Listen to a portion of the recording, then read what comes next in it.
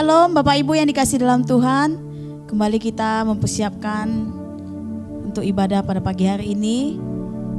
Mari kita mau datang kepada Tuhan. Kita mau nyanyikan setiap pujian kita mau nyanyikan setiap penyembahan kita kepada Tuhan. Sebelum kita mengangkat setiap pujian kita, mari kita bersatu dalam doa. Kami mengucap syukur Tuhan atas segala penyertaan Tuhan dalam kehidupan kami. Kami mau datang dengan kerendahan hati kami. Kami mau menyanyikan setiap pujian untuk Tuhan. Kami mau merasakan jamahan, kami mau merasakan lawatan, kami mau merasakan kasih Tuhan yang melimpah dalam kehidupan kami. Terimalah setiap pujian kami Tuhan sebagai dupa yang harum di hadapan-Mu. Biarlah Tuhan, perkenanan Tuhan ada dalam hidup kami Bapa. Kekudusan-Mu ada dalam kehidupan kami. Di dalam nama Tuhan Yesus kami mau siap mengangkat setiap pujian kami kepada Tuhan. Haleluya. Mari Bapak Ibu, kita mengangkat pujian kita. Kasih Tuhan yang melimpah dalam kehidupan kita. Firman Tuhan yang kita percaya. Haleluya.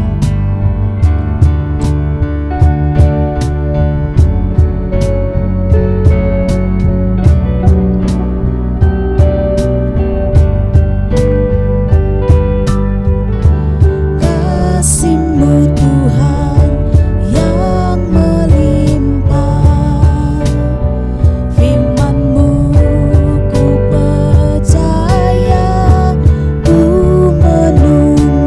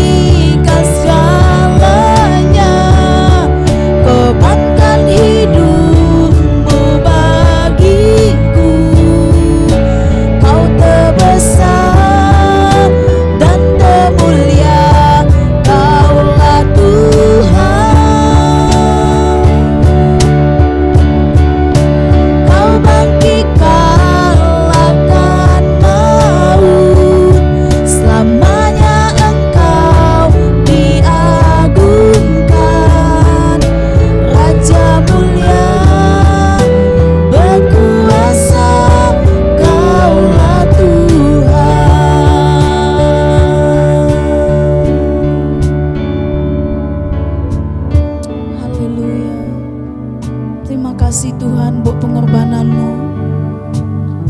Terima kasih buat salib-Mu yang telah menebus setiap dosa kami. Terima kasih Tuhan, kami telah diangkat daripada kegelapan kepada terang-Mu yang ajaib. Terima kasih buat kasih-Mu yang melimpah. Keselamatan yang daripada-Mu Tuhan. Terpujilah nama-Mu. Haleluya. Kami mau lebih lagi bersorak-sorai untuk memuliakan nama Tuhan. Di dalam nama Tuhan Yesus kami mengucap syukur dan berdoa. Haleluya. Amin. Bapak Ibu semua yang dikasihi Tuhan, saya undang semuanya yang ada di rumah maupun yang ada dimanapun kita mengikuti ibadah ini. Saya undang semuanya untuk bangkit berdiri bersama-sama dengan kita. Mari kita angkat pujian kita kepada Tuhan. Hidup yang kupilih. Haleluya.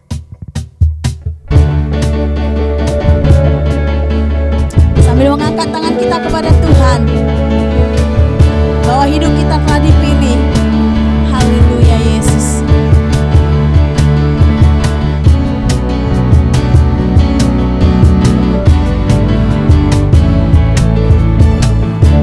Hidup yang kupilih membuatku berarti,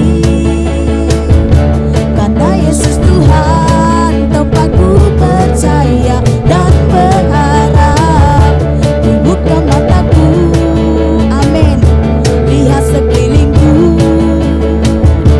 Ku harus katakan kebenarannya yang membebaskan, karena kuasa-Mu, karena kehebatanmu, ku dapat lakukan perkara besar yang Engkau janjikan. Yesus, Kaulah sahabatku. Yesus, Kau yang akan selalu berada di sisiku. Kau sumber kuatku. Yesus, Kaulah sahabatku. Yesus, Kau yang tak pernah jemu-jemu di sisiku. Kau sumber kuatku. Amin.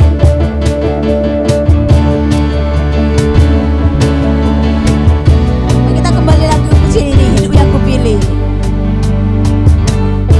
Hidup yang kupilih membuatku berarti, karena Yesus Tuhan tempatku percaya dan berharap. Ku buka mataku, lihat sekelilingku. Ku harus katakan kebenarannya yang membebaskan, karena kuasa-Mu, karena kehebatanmu, ku dapat lakukan perkara besar yang Engkau janjikan. Yesus, Kaulah sahabatku. Yesus, Kau yang akan selalu berada di sisiku. Kau sumber kuatku. Yesus, Kaulah sahabatku. Yesus, Kau yang tak pernah jemu-jemu di sisiku. Kau sumber kuatku. Kau sahabatku, berada di sisiku. Kau sahabatku selama-lamanya. Kau sahabatku, berada di sisiku selama-lamanya. Mari kita katakan pada Tuhan. Yesus, Kaulah sahabatku. Yesus, Kau yang akan selalu berada di sisiku. Kau sumber kuatku. Yesus, Kaulah sahabatku. Yesus, Kau yang tak pernah jemu-jemu di sisiku. Kau sumber kuatku. Yesus, Kaulah sahabatku. Yesus, Kau yang akan selalu berada di sisiku. Kau sumber kuatku. Yesus,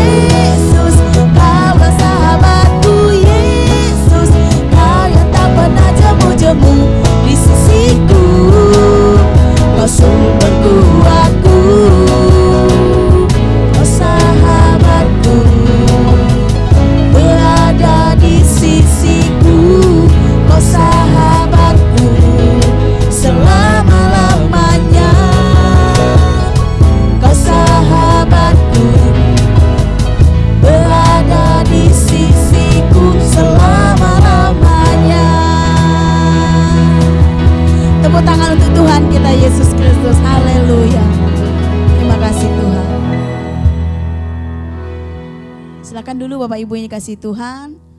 Kita akan terus menyanyikan pujian kita kepada Tuhan.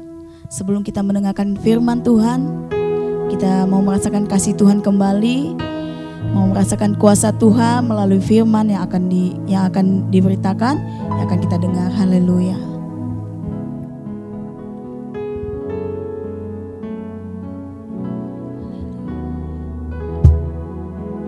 Terima kasih Tuhan.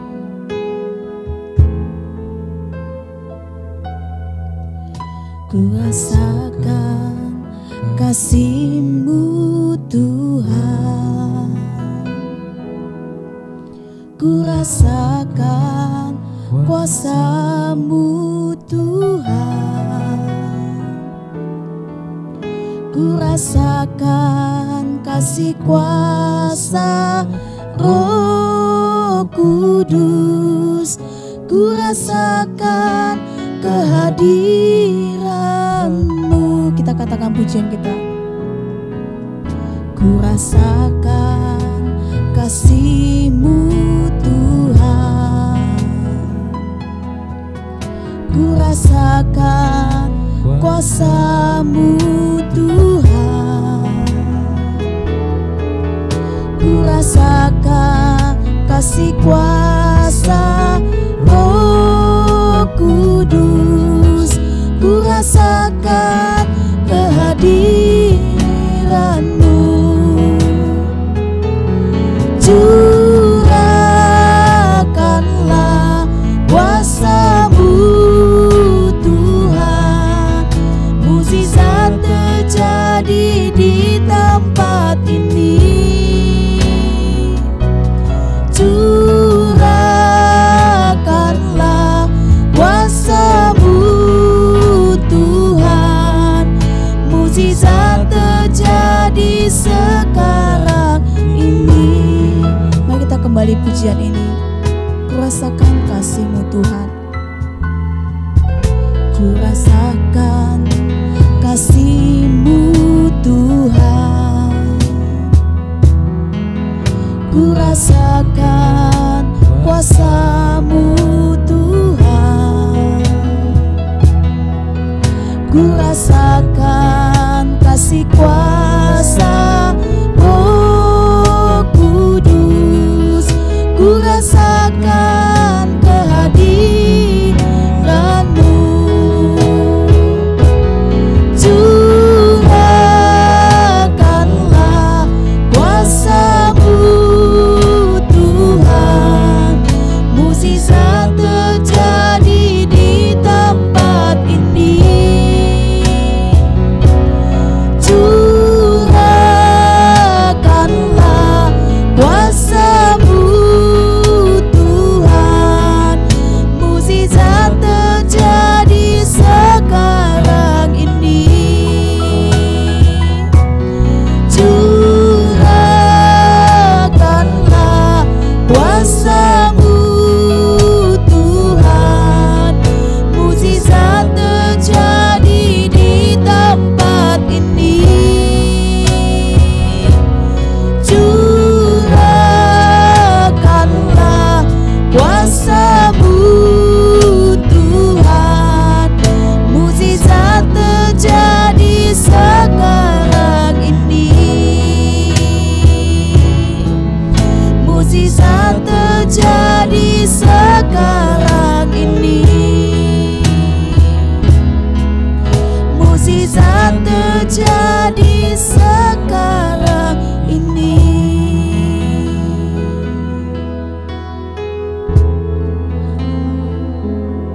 Terima kasih Tuhan, kami merasakan mukjizat Tuhan terjadi sekarang ini melalui kebenaran firman-Mu yang akan disampaikan oleh hamba-Mu Tuhan.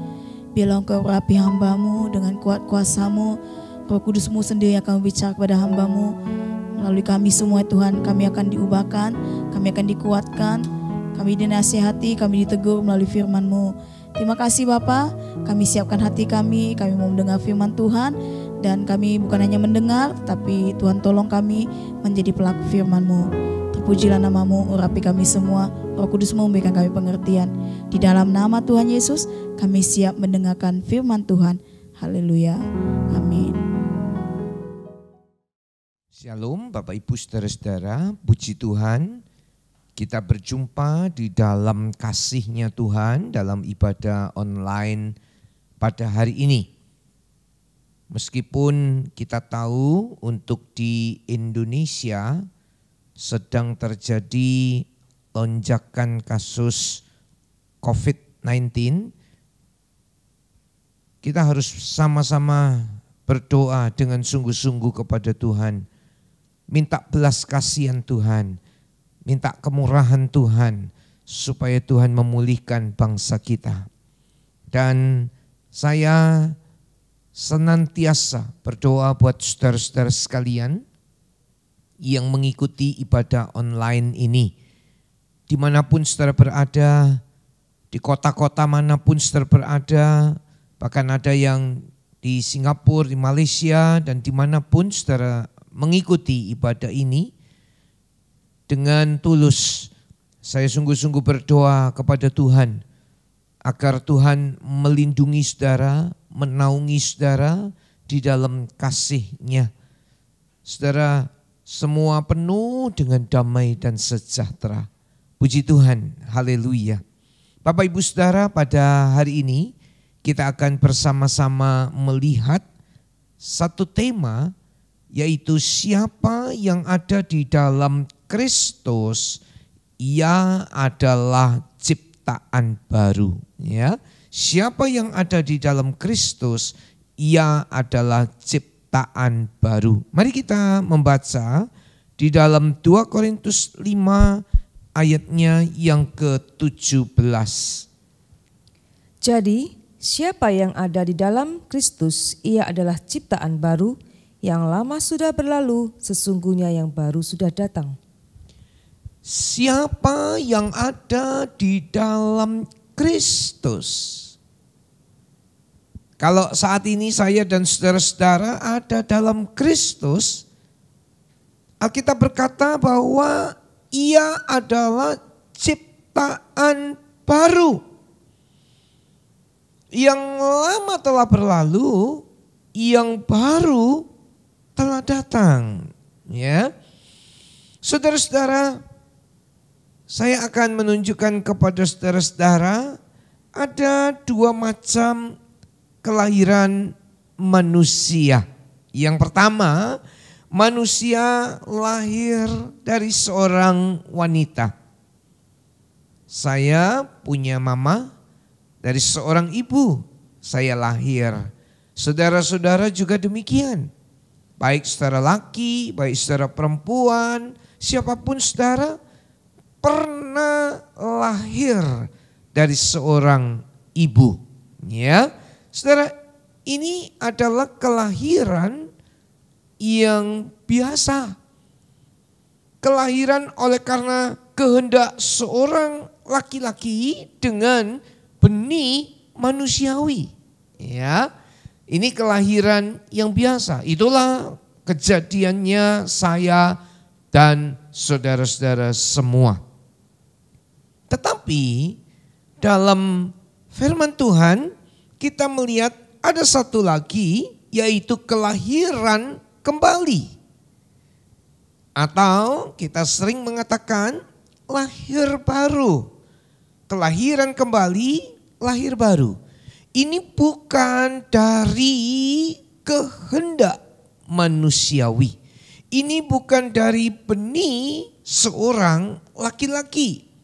Tetapi inilah pekerjaan firman Tuhan dan Roh Kudus. Itu yang bisa membuat saya dan saudara-saudara sekalian lahir kembali, lahir baru. Kita membaca dalam Injil Yohanes pasal yang ketiga, ayat yang ketiga. Yesus menjawab, katanya, "Aku berkata kepadamu, sesungguhnya jika seorang tidak dilahirkan kembali, ia tidak dapat melihat kerajaan Allah." Jadi kalau seseorang tidak dilahirkan kembali, ia tidak bisa melihat kerajaan Allah. Melihat aja nggak bisa masuk, apalagi saudara-saudara. Kalau seorang tidak dilahirkan kembali, lahir baru, Tadi yang dikatakan bukan oleh pekerjaan manusiawi. Tetapi inilah oleh pekerjaan firman Tuhan dan Roh Kudus. Saya tidak tahu apakah para pemirsa sekalian, saudara-saudara yang mengikuti ibadah pada hari ini, semuanya telah lahir kembali.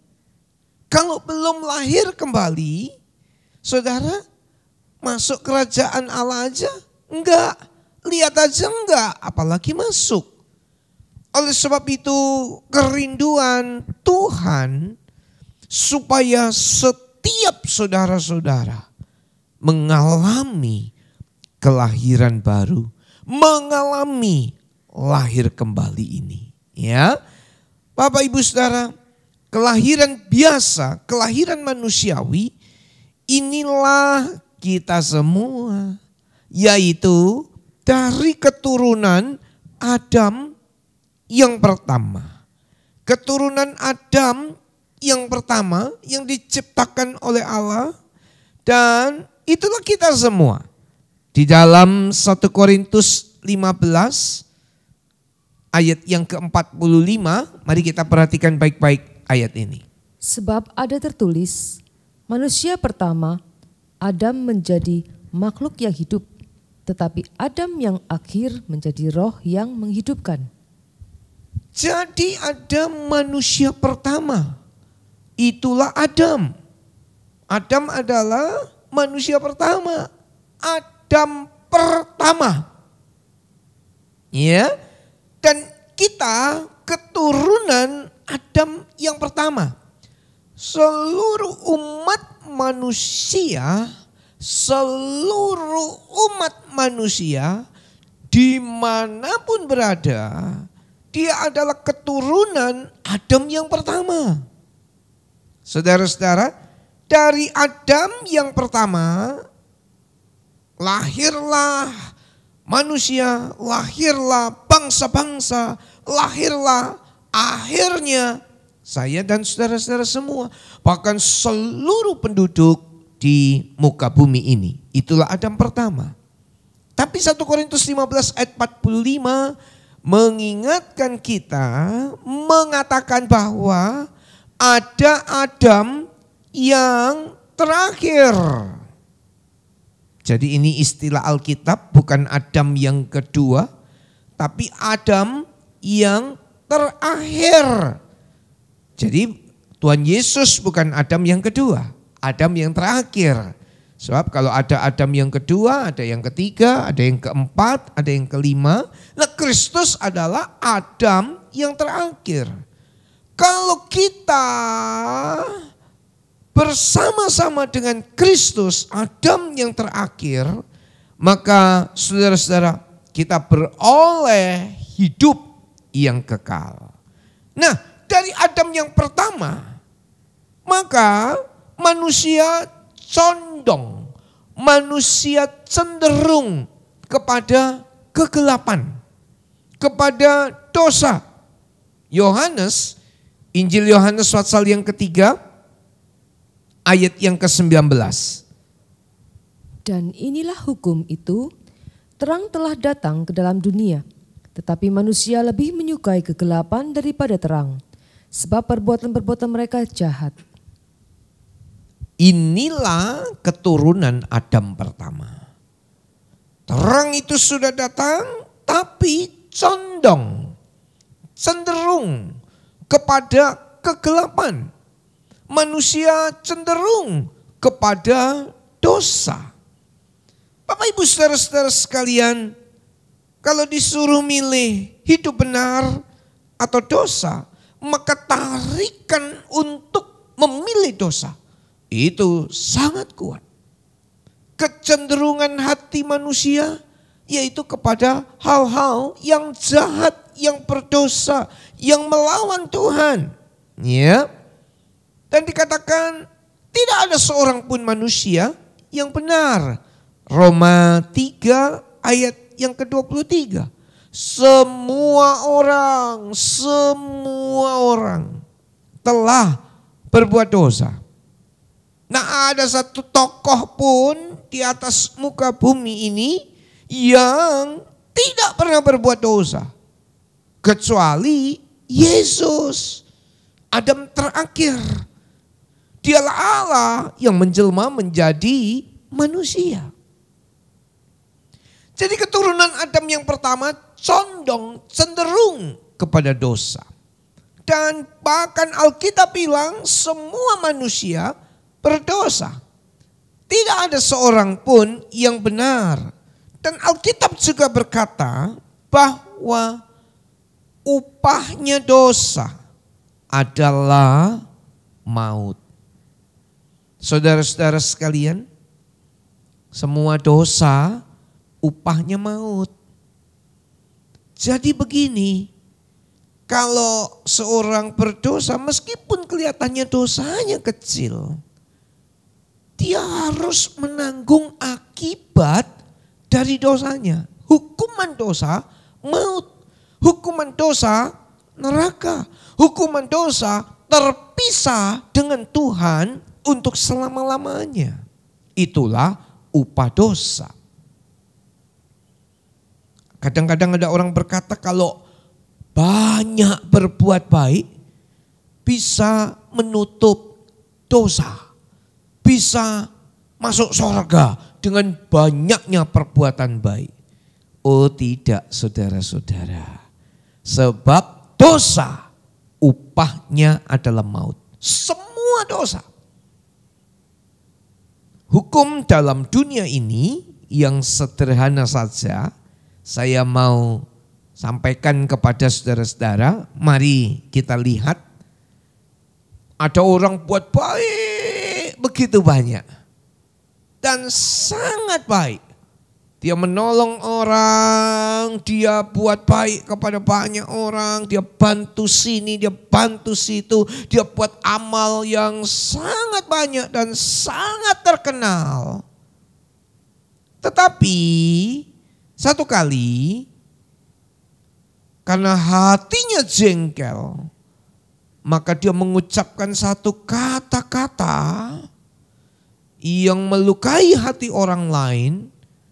Saudara-saudara, mungkin lewat media sosial, maka orang lain itu yang dikata-katai oleh bapak ini marah. Dan akibatnya dilaporkan pihak yang berwajib.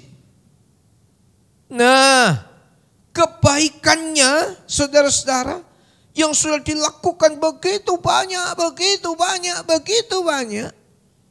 Tetapi karena satu kali dia begitu jengkel sama satu orang dan dia buat sesuatu di media sosial, maka dia dituntut. Kenalah undang-undang ITE, kenalah undang-undang pencemaran nama baik atau undang-undang apa saja. Saudara-saudara, apakah kebaikannya yang begitu luar biasa itu bisa menghapus kesalahan yang dia lakukan karena pada waktu itu dia begitu emosi. Karena pada waktu itu dia lost control, lupa, dan sehingga dia mengucapkan sesuatu hal, satu kali momen, satu kali peristiwa itu saja, dan bisa mengakibatkan seseorang ini mengalami masalah dihukum. Dan akibatnya dia bisa masuk dalam penjara, Bapak Ibu saudara-saudara sekalian. Nah, dari hal contoh yang sederhana ini kita bisa melihat juga demikian di hadapan Tuhan. Sebanyak-banyaknya Anda berbuat baik, tetapi ada dosa sedikit atau kecil saja. Alkitab bilang upah dosa ialah maut. Nah, karena tidak ada seorang pun yang benar, upah dosa ialah maut, maka Bapa di sorga mengutus putranya yang tunggal, yaitu Tuhan Yesus Kristus sebagai Adam terakhir. Karena Adam pertama, kita semua condong kepada dosa. Karena Adam yang pertama kita semua mati dalam kematian kekal, hukuman neraka. Karena kita berbuat dosa. Tetapi karena Bapa di sorga mengutus Yesus Kristus ke dalam dunia. Dialah Adam yang terakhir.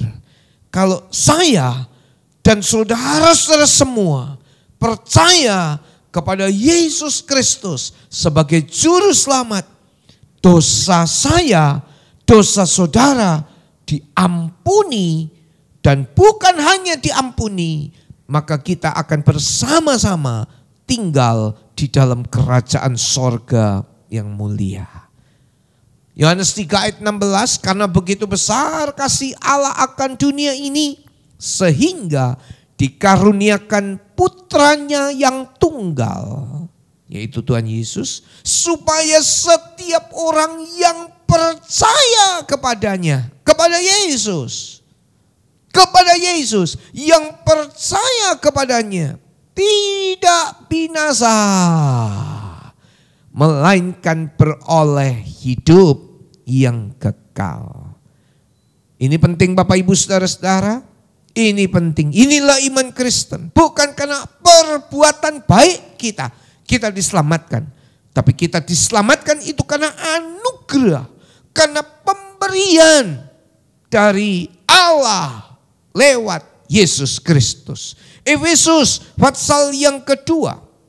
Surat Efesus pasal yang kedua ayat yang ke-8. Sebab karena kasih karunia kamu diselamatkan oleh iman. Itu bukan hasil usahamu, tetapi pemberian Allah. Oleh kasih karunia. Ini loh kasih karunia. Kita diselamatkan oleh iman.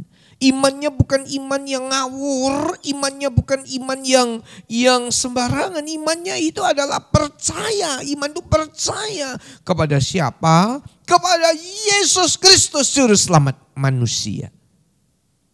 Beberapa orang mengatakan begini, Pak, saya tidak mau percaya kepada Tuhan Yesus. Oh, enggak apa-apa. Tidak ada yang memaksa saudara harus percaya kepada Tuhan Yesus. Tidak ada. Ada konsekuensinya? Ya pasti ada. Apa konsekuensinya? Dosa saudara, kesalahan saudara, upah dosa yang adalah maut itu, ya wajib ditanggung. Wajib hukumnya ditanggung oleh saudara-saudara. Tetapi kalau saudara percaya kepada Yesus Kristus, Adam yang kedua, maka orang yang percaya kepada Yesus Kristus, juru selamat, orang-orang ini, yaitu saya dan saudara-saudara yang mengikuti ibadah online ini, dosa kita sudah ditanggung oleh Yesus Kristus di atas kayu salib. Dia bayar lunas, sudah genap. Hai maut, di manakah sengatmu? Hai maut, di manakah kemenanganmu? Saudara-saudara, sengat maut itu ditancapkan dalam tubuh dirinya Yesus Kristus. Sehingga kita, saya dan saudara-saudara beroleh hidup yang kekal.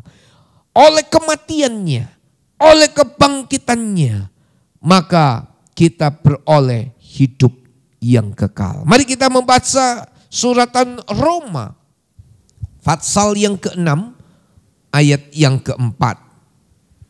Dengan demikian, kita telah dikuburkan bersama-sama dengan Dia oleh baptisan dalam kematian, supaya sama seperti Kristus telah dibangkitkan dari antara orang mati oleh kemuliaan Bapa, demikian juga kita akan hidup dalam hidup yang baru. Kita akan hidup dalam hidup yang baru. Saudara-saudara, kabar baik ini. Ayo dengar semua, dengar semua. Ini kabar baik. Tuhan Yesus datang ke dalam dunia, Adam yang terakhir. Dia mau mati di atas kayu salib, mengampuni dosa kita, menebus dosa kita. Bukan dengan barang yang fana dia membayar dosamu, tapi dengan darah yang mahal yang tercurah di atas Kalvari, itulah yang diberikan kepada saya dan saudara-saudara, supaya saya dan saudara-saudara semua tidak dihukum, tidak mengalami maut itu, tetapi beroleh hidup yang kekal. Haleluya. Bapak Ibu saudara-saudara sekalian yang dikasihi oleh Tuhan, kabar baiknya adalah satu, Tuhan Yesus mengampuni dosa. Mari katakan bersama-sama saya, Tuhan Yesus mengampuni dosa. Tuhan Yesus mengampuni dosa saya. Tuhan Yesus mengampuni dosa Anda. Dia ampuni semua dosa. Kadang-kadang kalau ada suami yang menyakiti istri, istri ingat akan kesalahan suami. Oh ya, selama masih dalam dunia, ingatan kita nggak bisa lupa. Nanti dalam sorga bumi baru bisa lupa, ya, bisa nggak ingat lagi. Tetapi ketika dosa seseorang sudah diampuni oleh Tuhan, Tuhan lupa akan apa yang telah saudara dan saya lakukan. Dia tidak ingat lagi segala kesalahan, segala dosa, segala kejahatan yang telah Anda dan saya lakukan. Asal datang kepada Tuhan, mengaku, percaya Yesus, bertobat, dan sungguh-sungguh mulai hari ini mengiring Tuhan Yesus, bahkan untuk selama-lamanya. Bapak Ibu saudara-saudara, ini satu hal yang luar biasa. Yang kedua, perhatikan baik-baik. Yang kedua, di samping dia mengampuni dosa, ternyata Yesus itu juga membebaskan saya dan saudara dari segala ikatan dosa. Mari katakan sama-sama saya, Tuhan Yesus membebaskan saya dari ikatan dosa. Amin. Ini kabar baik. Bukan hanya dosamu, dosaku diampuni. Bukan hanya itu. Tetapi yang kedua, tadi kita sudah katakan itu, Tuhan Yesus membebaskan, melepaskan, memerdekakan kita dari dosa. Yohanes pasal yang ke-8 ayat yang ke-36, jikalau anak itu memerdekakan kamu, maka merdekalah kamu dengan sesungguhnya. Amin. Jikalau Yesus itu memerdekakan kamu, maka kamu, saya dan saudara sekalian lepas, bebas, merdeka dari ikatan dosa yang sangat membelenggu. Saudara-saudara, dosa itu ngikat. Coba orang yang terikat dengan perzinahan. Wah, susah untuk lepas. Karena ini merupakan suatu hal yang nikmat buat seseorang. Berat untuk bisa melepaskannya. Dia tahu segala konsekuensinya. Dia tahu segala akibatnya. Kadang-kadang pergi kepada satu tempat, pelacuran ke tempat yang lain, saudara-saudara. Dia tahu ada penyakit-penyakit, ada AIDS dan sebagainya. Tapi yang namanya ikatan gak bisa lepas. Berapa banyak orang yang terikat dengan perzinahan ini. Sudah ada istri tapi nyeleweng, selingkuh dengan yang lain. Kadang-kadang bukan dalam perbuatan tapi dalam pikiran. Wah, Tuhan tahu juga Bapak Ibu Saudara. Karena Alkitab bilang siapa yang memandang perempuan lain dan menginginkannya, dalam Injil Matius pasal 5, ia telah berbuat dosa dalam hatinya. Di hadapan Tuhan sudah dihitung berdosa. Bapak Ibu Saudara, Tuhan tahu. Tuhan tahu percabulan, Tuhan tahu perzinahan, dan ini semua ikatan yang sangat kuat mengikat seseorang. Dalam nama Yesus, kalau itu ada yang mengikat saudara, lepas. Tidak ada seorang pun yang bisa lepas dengan kekuatannya sendiri. Meskipun sudah tahu segala akibatnya. Saya ambil contoh yang lain. Bapak Ibu Saudara, berapa banyak orang terikat dengan minuman keras, minuman beralkohol, dengan kadar alkohol yang begitu tinggi. Kadang-kadang habis minum 1, 2, 3 kaleng, 3 botol, 4, masih kurang. Muka merah, mulut sudah mulai mengata-ngatakan sesuatu yang lupa, saudara-saudara, sampai lupa ingatan dia, saudara-saudara. Ya, dia tahu akibatnya. Akan bisa merusak organ-organ dalam tubuhnya. Gak bagus buat ginjalnya. Gak baik buat kesehatannya. Tapi apa yang terjadi? Karena dosa itu merupakan satu ikatan. Gak bisa lepas. Maka seseorang sulit untuk bisa menanggalkan, membebaskan dari ikatan minuman ini. Tiap-tiap hari, tiap-tiap malam dia duduk bersama-sama, dia kumpul bersama-sama dengan kawan-kawannya. Tujuannya minum. Tujuannya minum. Dan dia begitu menikmatinya. Disuruh berhenti, enggak. Enggak makan enggak apa-apa, asal tetap minum bir, tetap minum minuman beralkohol.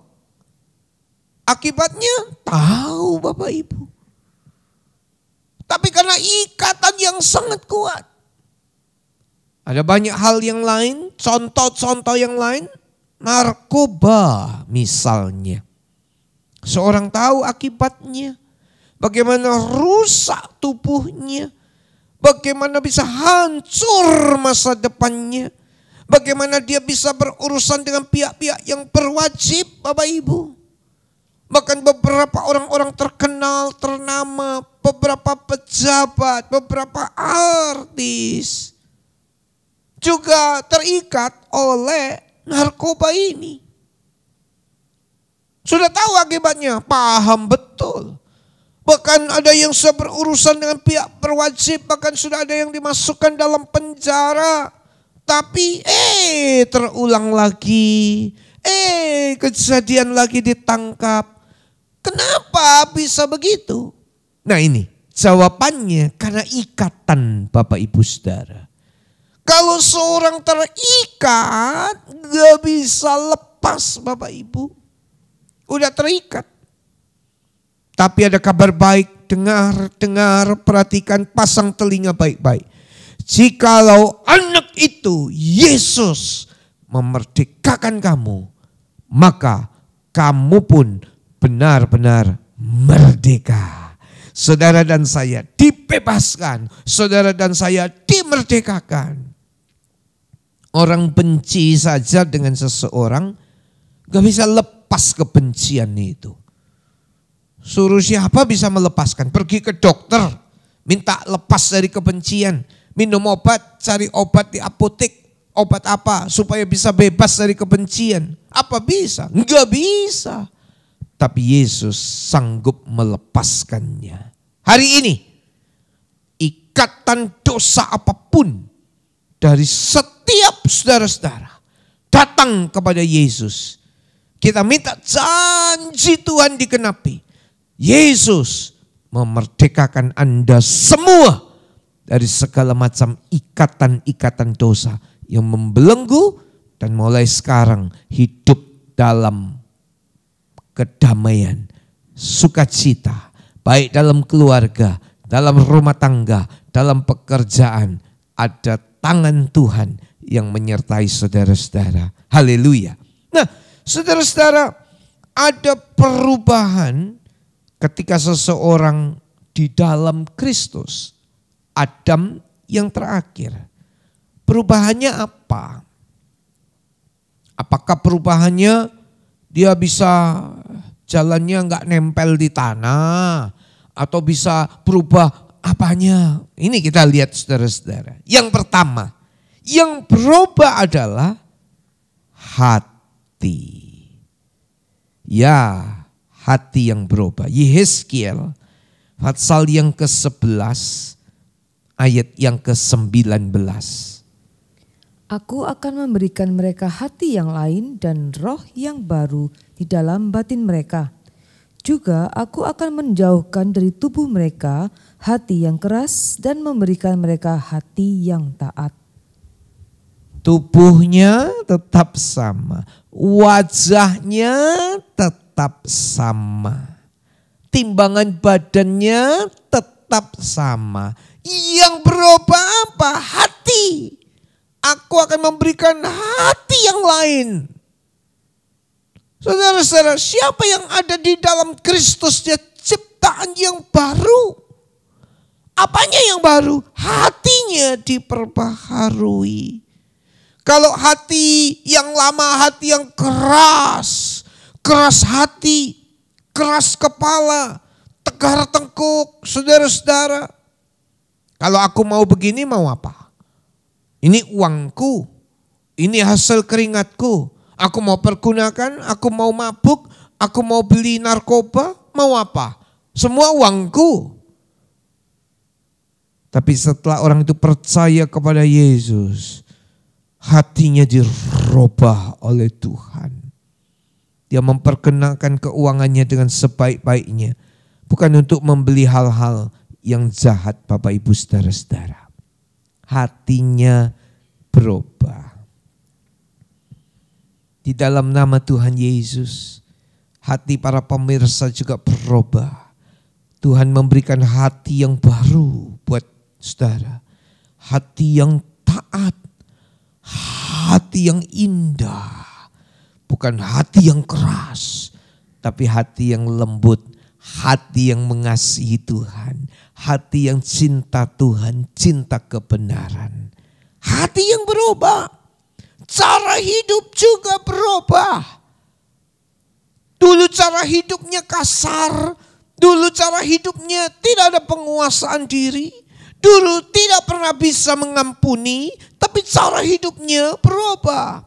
Bisa jadi lemah lembut, rendah hati, murah hati, sabar, setia, dan sebagainya.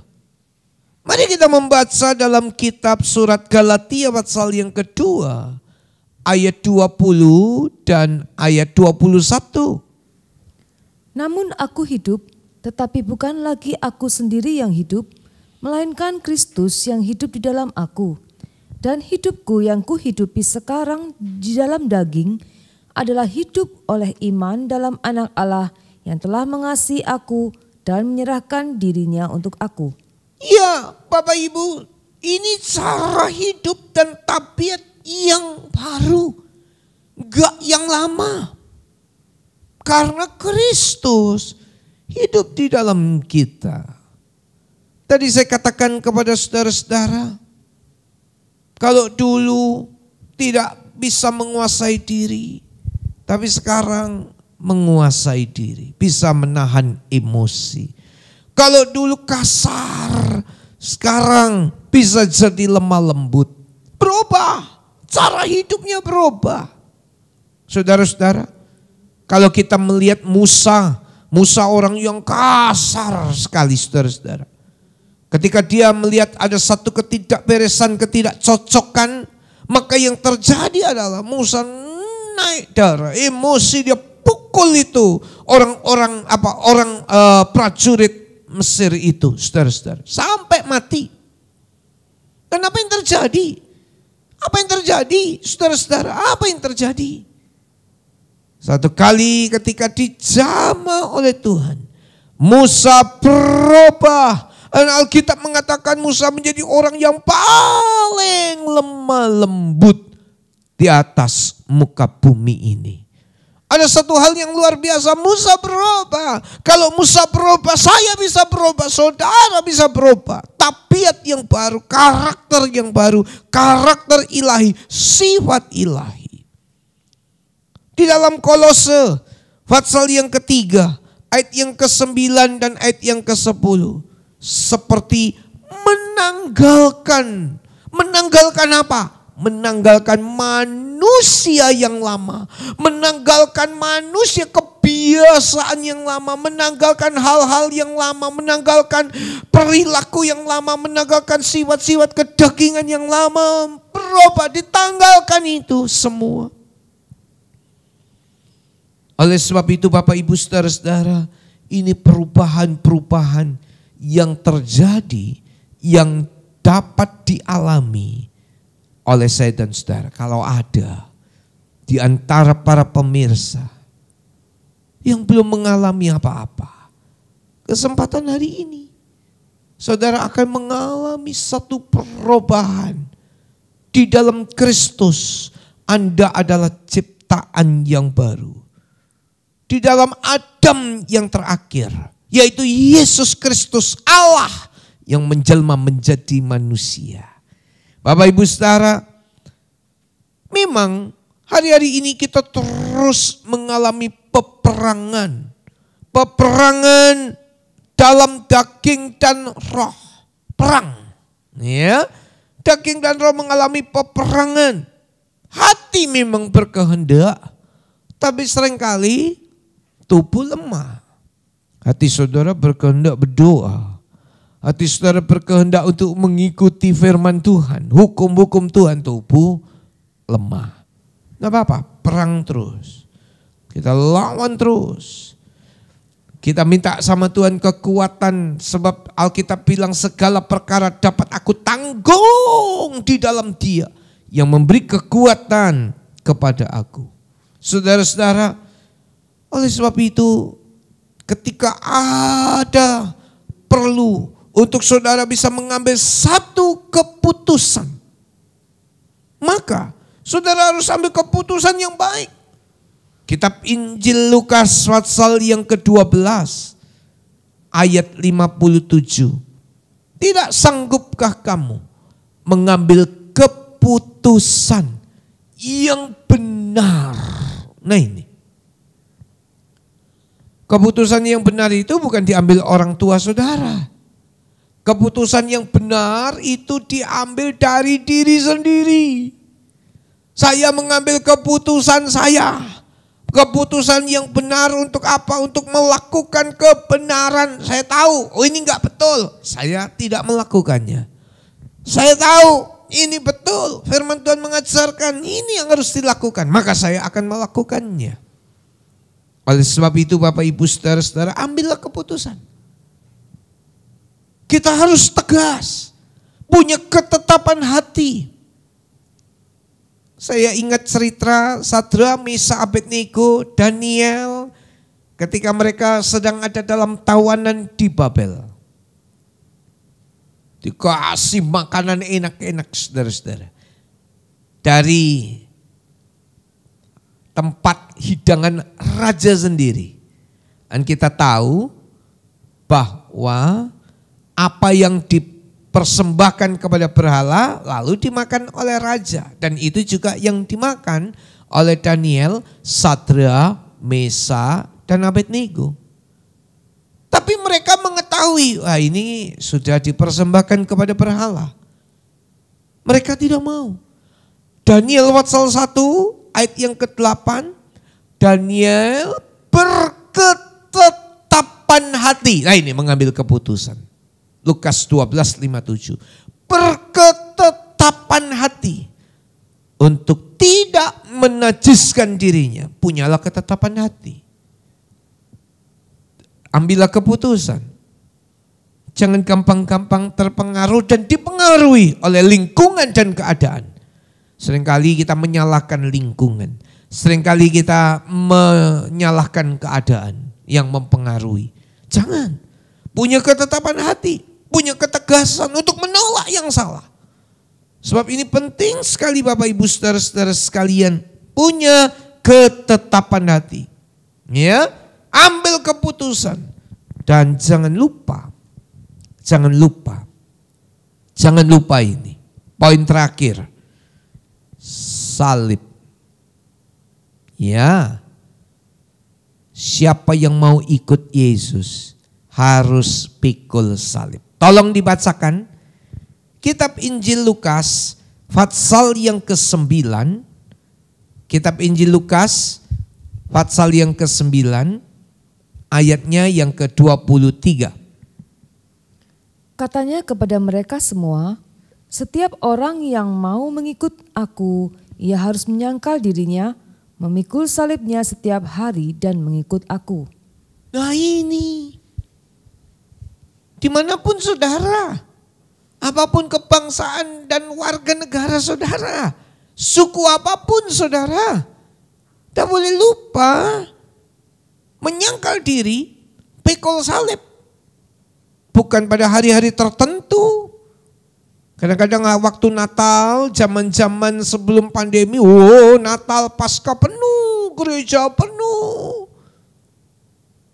Bukan hanya pada hari-hari tertentu, bukan pada acara peringatan atau perayaan-perayaan tertentu dalam kekristenan. Bukan hanya itu, tapi setiap hari.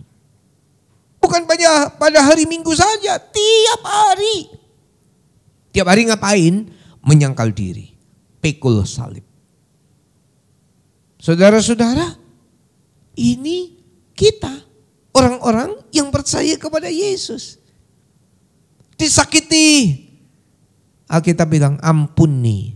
Berapa kali? 70 kali 7 kali. Wah, ya. Maunya sombong. Alkitab bilang rendah hati. Orang yang merendahkan akan ditinggikan oleh Tuhan. Tapi siapa yang meninggikan diri akan direndahkan oleh Tuhan. Ya. Saudara, kita harus tahu ayat-ayat ini. Untuk masuk surga, dalam Kisah Para Rasul 14 ayat 22, tolong dibacakan. Untuk masuk kerajaan surga akan ada banyak sengsara. Enggak sedikit, banyak. Ayo kita dengar. Di tempat itu mereka menguatkan hati murid-murid itu dan menasihati mereka supaya mereka bertekun di dalam iman dan mengatakan bahwa untuk masuk ke dalam kerajaan Allah kita harus mengalami banyak sengsara. Untuk masuk ke dalam kerajaan Allah kita harus mengalami banyak sengsara, enggak dikit. Banyak sengsara. Ya, Bapak Ibu saudara-saudara, ini kadang-kadang dilupakan. Wah, pengajaran tentang salib, pengajaran tentang sengsara ini, udah mulai, itu nggak laku lah, itu nggak laku. Siapa bilang? Tiap hari loh, tiap hari. Ya, Bapak Ibu saudara, satu ayat lagi dalam Filipi 1, tolong dibacakan ayat yang ke-29, Filipi 1 ayat yang ke-29. Sebab kepada kamu dikaruniakan bukan saja untuk percaya kepada Kristus, melainkan juga untuk menderita untuk Dia. Anda dan saya mendapat karunia bukan hanya untuk percaya loh, tetapi juga untuk menderita. Iya, bukan hanya untuk percaya loh, tetapi juga untuk menderita. Ya, kita punya karunia, semua kita dikarunia percaya kepada Yesus, untung besar, luar biasa, haleluya. Tapi enggak berhenti sampai di situ. Kita juga diberikan kesempatan menderita bersama-sama dengan Dia. Siapa yang mau menyangkal diri dan pikul salib, percaya kepada Yesus Kristus, salib tetap kita pegang teguh. Renungkan kembali firman Tuhan dan kebenaran ini. Siapa yang ada dalam Kristus, Dia adalah ciptaan yang baru. Yang lama sudah berlalu, yang baru sudah datang. Kita nyanyikan pujian, karena salib-Mu ku hidup. Haleluya. Makasih Tuhan, makasih. Makasih Yesus. Karena salib-Mu ku hidup, karena salib-Mu ku menang. Engkau yang berkuasa, sanggup untuk melakukan mujizat-Mu. Karena salib-Mu ku hidup, karena salib-Mu ku menang. Engkau yang berkuasa, sanggup untuk melakukan mujizat-Mu di hidupku. Bapak Ibu saudara-saudara sekalian, sebentar kita akan masuk dalam perjamuan kudus. Mari kepala keluarga dipersilakan membagikan roti dan anggur yang telah dipersiapkan sebelumnya.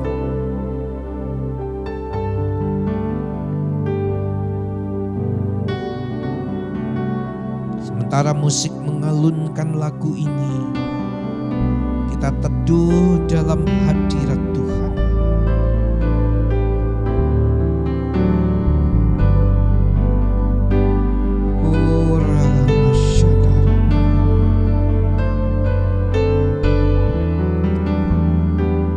Adam yang terakhir, yaitu Yesus Kristus, telah mati di atas kayu salib dan bangkit pada hari yang ketiga. Dosa kita diampuni, ikatannya dilepaskan. Percayalah kepada Yesus Kristus. Percayalah, Dia Tuhan dan Juru Selamat umat manusia. Haleluya. Kalau ada dosa, kejahatan dan kesalahan saudara, mari minta ampun sama Tuhan. Saudara sudah terima roti dan anggur, tundukkan kepala dan minta ampun sama Tuhan. Oh Ramashandara ya Radha Bagas. Makasih Yesus. Sucikan kami. Ampuni seluruh umat Tuhan kalau menyesal, mengaku dosa di hadapan Tuhan. Dengar penyesalan dan pengakuan seluruh umat-Mu ya Tuhan. Dan Engkau telah menebus dengan darah yang mahal, sehingga dosa kami diampuni dan ikatan dosa kami dilepaskan oleh Tuhan. Makasih Tuhan. Saudara-saudara yang telah periksa diri, ada dosa sudah minta ampun, ataupun saudara hidup dalam kebenarannya Tuhan, ayo bangkitlah berdiri, bangkitlah berdiri.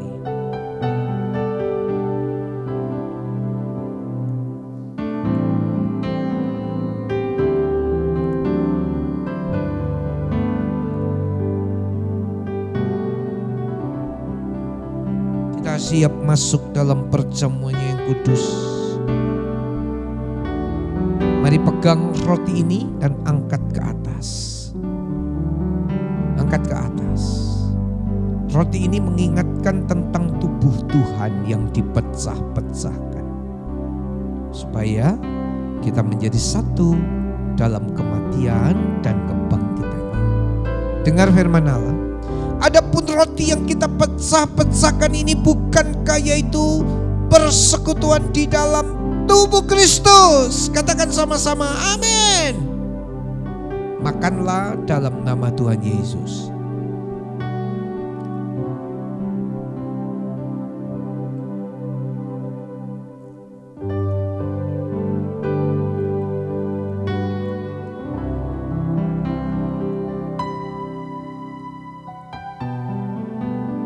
Terima kasih, terima kasih. Sekarang mari angkat cawan minuman ini.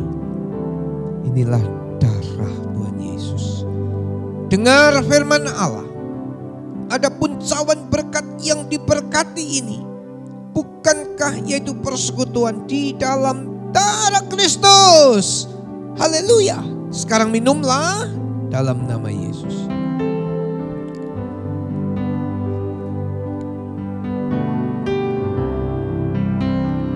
Mari semuanya ucapkanlah syukur kepada Tuhan. Glory, oh makasih, makasih. Engkau baik ya Tuhan.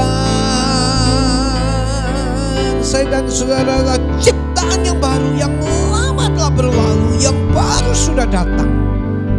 Nikmati satu persekutuan yang semakin manis dan bertambah manis dengan Tuhan. Terima kasih, terima kasih. Kami bersama-sama mengangkat doa kami buat bangsa dan negara kami Indonesia, dan juga buat kota-kota, buat tempat di mana kami tinggal, buat saudara-saudara yang mengikuti ibadah online ini. Mari pulihkan dan Engkau tolong nyatakan kemurahan-Mu dari segala macam akibat dari COVID-19 yang terjadi di bangsa ini. Di dalam nama Yesus, Tuhan tolonglah umat-Mu. Tuhan pulihkanlah Indonesia. Tuhan berkatilah Indonesia. Tuhan lawatlah Indonesia. Tuhan tolonglah Indonesia. Terima kasih, terima kasih. Kami serahkan ke dalam tangan-Mu Tuhan. Kami percaya penyertaan dan perlindungan Tuhan atas setiap umat Tuhan. Setiap umat Tuhan dimanapun berada. Oh ralama kasyandara lama karayara shikara lama rama syadara lama. Terpujilah namamu Tuhan Yesus. Ini kami menyerahkan seluruh hidup kami dalam tangan-Mu. Dan di penghujung ibadah ini hamba-Mu mohon kiranya berkat kasih Allah Bapa, anugerah putranya yang tunggal Tuhan Yesus Kristus, dan persekutuan di dalam Allah Roh Kudus turunlah menyertai saudara masing-masing mulai hari ini bahkan sampai Tuhan Yesus datang kembali, dalam nama Tuhan Yesus Kristus. Katakan sama-sama saya, haleluya. Kiranya Engkau memberkati aku berlimpah-limpah dan memperluas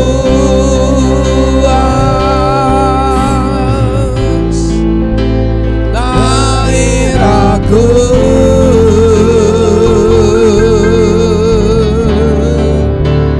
Dan kiranya tangan-Mu menyertai aku dan melindungi aku. Amin, amin, amin.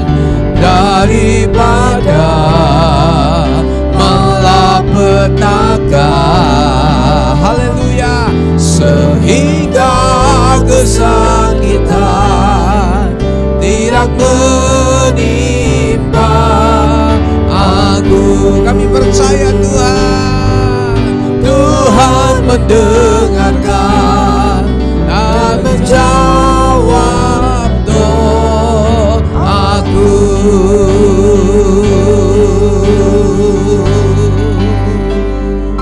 Amin. Tuhan memberkati saudara semua. Amin. Puji Tuhan, Bapak Ibu, saudara-saudara sekalian, Anda semua telah mengikuti ibadah online hari ini. doa saya supaya saudara-saudara mengalami perjumpaan pribadi dengan Tuhan. Sehingga hidup kita semua diubahkan. Diubahkan semakin indah, semakin menyenangkan hati Tuhan. Siapa yang ada di dalam Kristus, dia adalah ciptaan baru. Yang lama telah berlalu, yang baru telah datang. Kiranya ini menjadi berkat yang besar buat saudara-saudara. Dan saya sangat bersyukur, saudara-saudara, saya terus berdoa buat Anda semua, kiranya dalam perlindungan dan naungan Tuhan. Sampai jumpa pada kesempatan yang akan datang. Haleluya.